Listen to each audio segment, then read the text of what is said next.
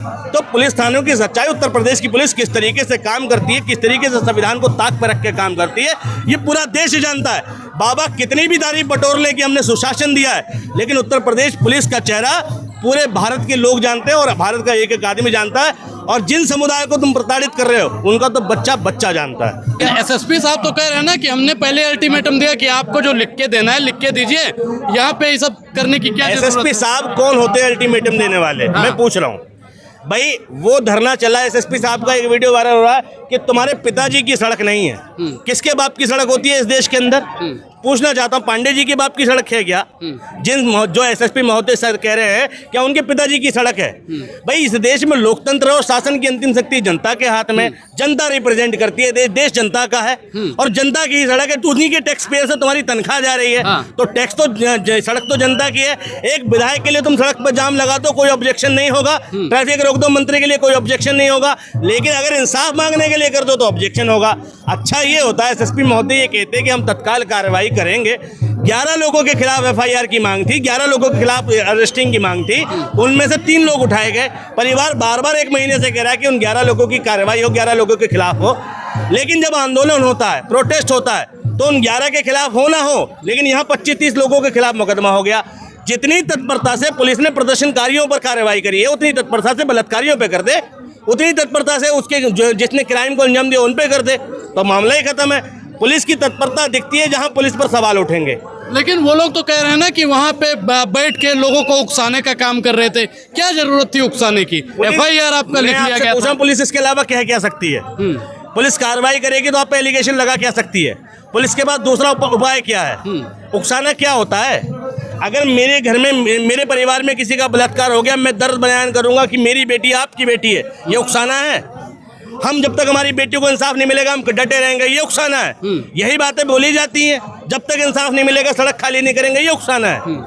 अगर अपने परिवार के इंसाफ को मांगने के लिए लोग उकसाना है। देखो अब दक्ष चौधरी अक्कू पंडित नाम का एक गुंडा जो था हिंदू रक्षा दल का, वो भी अंकुर विहार थाने में मारा गया था।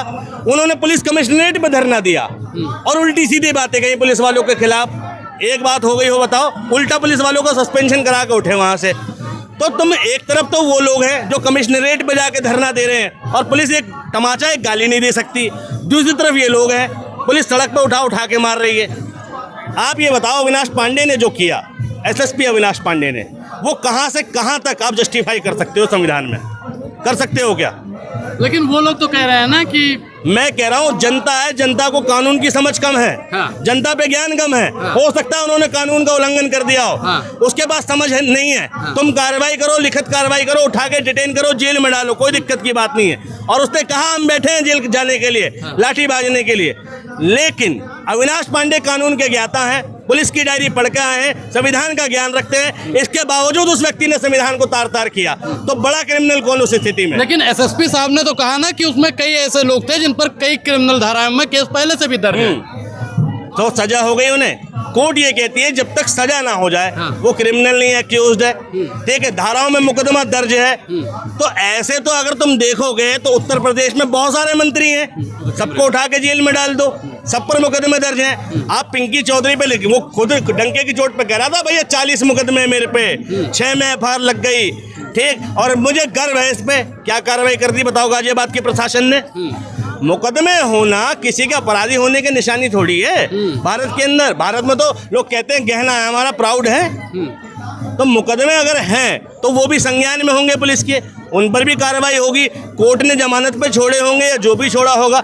जब कोर्ट ने आदेश कर दिया तो फिर तुम उन मुकदमों की चर्चा करके क्या जताना चाहते हो? ये सारा मामला अपने आप को जस्टिफाई करने का है कि मैंने इसलिए मारा, कि उस पर मुकदमा है, मैंने इसलिए मारा। अविनाश पांडे अपना बचाव करने की कोशिश कर रहे हैं, इसके अलावा कुछ नहीं। अविनाश पांडे कहीं से कहीं तक अपने इस कारनामे को जस्टिफाई नहीं कर सकते। सारा देश देख रहा है कि तुम अंग्रेजी हुकूमत की तरह इस देश की जनता को सड़क पर किस तरीके से प्रताड़ित कर रहे हो। और सारा देश आज अविनाश पांडे के ब्रूटिलिटी को देख रहा है और उन पर धिक्कार मार रहा है कि भाई ऐसे प्रशासनिक अधिकार। और यूपी पुलिस का चेहरा भी खुला है कि यूपी पुलिस कैसे ट्रीट करती है। आप मीडिया से हो, खुला चैलेंज देता हूं मैं, किसी भी प्रकरण में जाना और आप थाने के अंदर रिकॉर्डिंग करके दिखाना, किसी एसएचओ के सामने, वो एसएचओ पटक के ना मारे आपको तो बात करना, वो एसएचओ तुरंत उठा के बंद ना कर दे तो बात करना। ये है उत्तर प्रदेश के पुलिस स्टेशन की सच्चाई। आप नहीं कर सकते रिकॉर्डिंग, जबकि सुप्रीम कोर्ट ने ऑर्डर कर रखा है कि इलीगल नहीं है। बस शर्त है कि आप सरकारी काम में हस्तक्षेप ना करो। इसके बावजूद पुलिस इलीगल तरीके से आपको रिकॉर्डिंग नहीं, इलीगल तरीके से आपको उठाएगी, ठीक, और बंद कर देगी। प्रकरण के अंदर हमारे साथ भी हुआ, एक आदमी रिकॉर्डिंग करा, उसको बैठा लिया, 2 दिन बाद छोड़ा बेवजह कि तूने रिकॉर्डिंग कैसे करी। तो पुलिस थानों की सच्चाई, उत्तर प्रदेश की पुलिस किस तरीके से काम करती है, किस तरीके से संविधान को ताक पर रख के काम करती है, ये पूरा देश जानता है। बाबा कितनी भी तारीफ बटोर ले कि हमने सुशासन दिया है, लेकिन उत्तर प्रदेश पुलिस का चेहरा पूरे भारत के लोग जानते हैं और भारत का एक एक आदमी जानता है। और जिन समुदाय को तुम प्रताड़ित कर रहे हो उनका तो बच्चा बच्चा जानता है। कॉकरोच के लोग कह रहे हैं कि हम 20 तारीख के बाद में संसद की ओर जाने का काम करेंगे, तो इससे क्या कानून व्यवस्था बिगड़ेगा नहीं? भाई एक बात बताओ, कानून व्यवस्था की इतनी चिंता है तो धर्मेंद्र प्रधान का इस्तीफा करा दो। कानून व्यवस्था तब नहीं बिगड़ी जब पेपर लीक हो गया, वो भी तो कानून का एक विषय है। पेपर लीक हुआ भ्रष्टाचार की वजह से, पूरे देश का एडमिनिस्ट्रेशन बिगाड़ दिया तुमने, शिक्षा व्यवस्था बिगाड़ दी, और चंद लोग तुम्हारे संसद भवन चले जाएंगे तो कानून व्यवस्था बिगड़ जाएगी। भाई एक बात बताओ, किस चीज का डर है इस देश के नेताओं को? देश के लोगों ने तुम्हें चुना है, देश के लोग तुमसे सवाल पूछना चाहते हैं। तुम संसद नहीं बुलाना चाहते, प्रधानमंत्री यहाँ अपनी चेयर लगवा लें कल और यही वार्ता करें, कोई नहीं जाएगा संसद, पर धर्मेंद्र प्रधान को बैठा दें यहाँ, 1-to-1 डिबेट हो, पूरी बातें रखी जाए। क्यों बुलवा रहे हो तुम भैया संसद भवन? कानून व्यवस्था की बात करी क्यों? बहुत तगड़ा प्रोटोकॉल में बैठाएं और सारे इंडिपेंडेंट मीडिया लगा दे और सवाल पूछे, पूरे दिन दें। इस देश का प्रधानमंत्री इस देश की शिक्षा और इस देश की शिक्षा के आंदोलन के नाम एक दिन नहीं दे सकता, चंद घंटे नहीं दे सकता। परीक्षा पे चर्चा तो मोदी जी करते हैं ना। परीक्षा पे चर्चा करते हैं और परीक्षा लीक हो जाती है, ये कैसी चर्चा है? चर्चा करनी है उन बच्चों पे करो जिन बच्चों ने सुसाइड कर लिया, चर्चा करनी है उन पेपरों पे करो जो 90 से ज़्यादा पेपर लीक हो गए, चर्चा करनी है कि तुम्हारी इस नाकामी भरी शिक्षा व्यवस्था की वजह से जो इस देश के भविष्य, इस देश का जो भविष्य है उसका जो करियर स्पॉइल हो रहा है, उस पर चर्चा करो। तुम चर्चा कर रहे हो अपनी चुनावी स्टंट के हिसाब से, तो ये नहीं चलेगा। लेकिन अब जैसे अभी आपने सुना होगा, उन्होंने कहा कि हमारे पार्टी में इस्तीफे जैसी कोई प्रथा है नहीं, हम क्यों इस्तीफा देंगे? भाई एक बात बताओ, क्यों नहीं है तुम्हारी पार्टी में प्रथा? और पार्टी का इस्तीफा थोड़ी मांग रहे हैं, तुम पार्टी में सर माथे बैठाओ। हम उस व्यवस्था में इस्तीफा मांग रहे हैं जिस व्यवस्था में जनता प्रधान होती है, जिसमें जनता प्रधान होती है, जिसमें शासन की अंतिम शक्ति जनता के हाथ में होती है, उस व्यवस्था में इस्तीफा होता है। जब जनता ने चुना है तो जनता इस्तीफा मांग भी सकती है और तुम्हें देना भी पड़ेगा।